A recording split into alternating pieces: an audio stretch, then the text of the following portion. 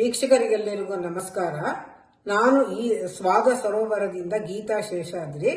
ಈ ದಿವಸ ಬೆಂಡೆಕಾಯಿ ಗೊಜ್ಜು ಮಾಡೋದನ್ನ ತೋರಿಸ್ತಾ ಇದ್ದೀನಿ, ನೋಡಿ ನೀವು. ಇವಾಗ 2 ಟೇಬಲ್ ಸ್ಪೂನ್ ಅಷ್ಟು ಬಾಂಡ್ಲಿಗೆ ಎಣ್ಣೆ ಹಾಕೋತಾ ಇದ್ದೀನಿ.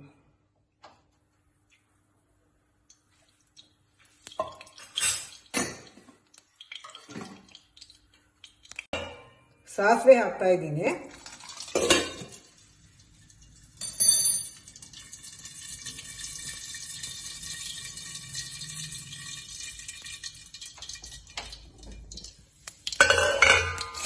ಬೆಂಡೆಕಾಯಿ,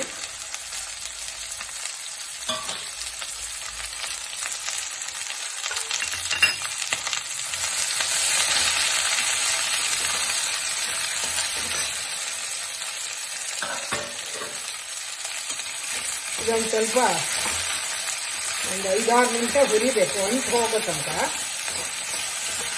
ಈಗ ಹುರಿದಿದ್ದಾಗಿದೆ. ಒಂದು ಸಣ್ಣ ನಿಂಬೆಹಣ್ಣು ಗಾತ್ರ ಹುಣಸೆಹಣ್ಣು ತಗೊಂಡು ರಸ ಮಾಡಿ ಇಟ್ಕೊಂಡಿದ್ದೀನಿ, ಅದನ್ನು ಹಾಕ್ತಾ ಇದ್ದೀನಿ.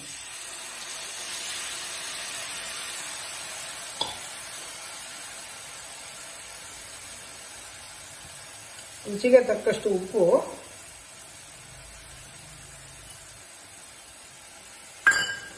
ಒಂದು ಸ್ವಲ್ಪ ಬೆಲ್ಲ. ಬೆಲ್ಲ ಜಾಸ್ತಿ ಇಲ್ಲದವ್ರು ಬೇಕಾದ್ರೆ ಕಮ್ಮಿ ಹಾಕೋಬಹುದು.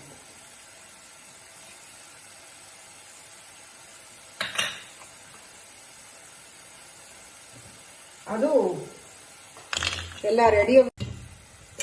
ಇವಾಗ ಇದನ್ನ ಮುಚ್ಚಿಟ್ಟಿದ್ದೀನಿ.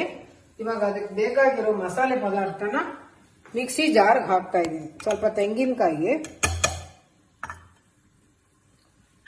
ಡೆಸಿಕೇಟೆಡ್ ಕೋಕೋನಟ್ ಹಾಕೊಂಡಿದ್ದೀನಿ,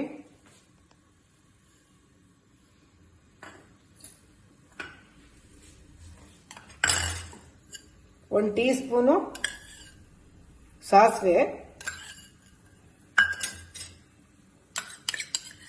ಒಂದು ಅರ್ಧ ಟೀ ಸ್ಪೂನ್ ಅಷ್ಟು ಅರಿಶಿನ,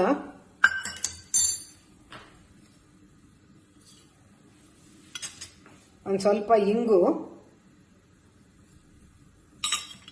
ಒಂದು 5-6 ಕಡ್ಡಿ ಕರಿಬೇವಿನ ಸೊಪ್ಪು,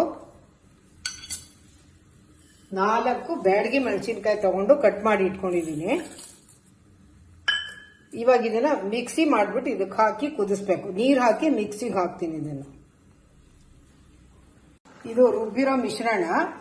4 ಬ್ಯಾಡಗಿ ಮೆಣಸಿನ್ಕಾಯಿ, 1 ಟೀ ಸ್ಪೂನ್ ಸಾಸಿವೆ, ಒಂದು ಅರ್ಧ ಟೀ ಸ್ಪೂನ್ ಅರಿಶಿನ, ಒಂದು ಸ್ವಲ್ಪ ಇಂಗು, ಸ್ವಲ್ಪ ಕರ್ಬೇವಿನ ಸೊಪ್ಪು, ಒಂದು 5-6 ಕಡ್ಡಿದು ಕರ್ಬೇವಿನ ಸೊಪ್ಪು ದಳಗಳು, ಒಂದು 4 ಟೇಬಲ್ ಸ್ಪೂನು ತೆಂಗಿನಕಾಯಿ. ಇದೆಲ್ಲದನ್ನು ಮಿಕ್ಸಿ ಜಾರ್ಗೆ ಹಾಕಿ ರುಬ್ಬಿ ಇಟ್ಕೊಂಡಿದ್ದೀನಿ.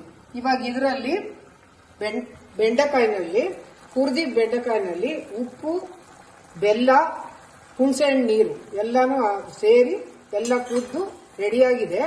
ಇವಾಗ ಇದನ್ನ ಹಾಕಿ, ಇದನ್ನು ರುಬ್ಬಿರೋ ಮಿಶ್ರಣ ಇದಕ್ಕೆ ಹಾಕಿ ಕುದಿಸ್ಬೇಕು.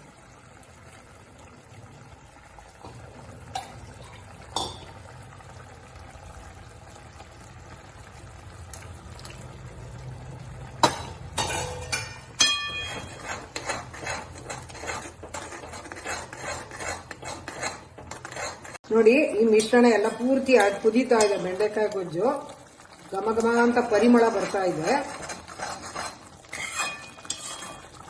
ಇದನ್ನ ಉಪಯೋಗಿಸ್ಬೋದು, ದೇವರ ನೈವೇದ್ಯ ಮಾಡಿ ಉಪಯೋಗಿಸ್ಬೋದು.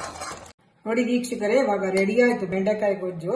ತುಂಬಾ ಸುಲಭವಾಗಿ ಕಮ್ಮಿ ಪದಾರ್ಥದಲ್ಲಿ ಮಾಡ್ಕೋಬಹುದು. ಇದು ಚಪಾತಿ, ದೋಸೆ, ಪೂರಿ ಯಾವ್ದಕ್ ಬೇಕಾದ್ರೂ ನೆಂಚ್ಕೊಂಡು ತಿನ್ಬೋದು. ಇಡ್ಲಿ ಎಲ್ಲದಕ್ಕೂ ಆಗುತ್ತೆ.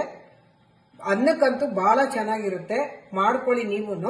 ಇದಕ್ಕೆ ನಾನು ಸುಮಾರು 350 ಗ್ರಾಮ್ ಅಷ್ಟು ಬೆಂಡೆಕಾಯಿ ತಗೊಂಡಿದ್ದೀನಿ. ತುಂಬಾ ಚೆನ್ನಾಗಿರುತ್ತೆ. ಸಬ್ಸ್ಕ್ರೈಬ್ ಮಾಡಿ, ದಯವಿಟ್ಟು ನಮ್ಮ ಚಾನಲ್ಗೆ ಸಪೋರ್ಟ್ ಮಾಡಿ, ಲೈಕ್ ಮಾಡಿ, ಶೇರ್ ಮಾಡಿ. ನೆಕ್ಸ್ಟ್ ವಿಡಿಯೋನಲ್ಲಿ ಮೀಟ್ ಆಗೋಣ.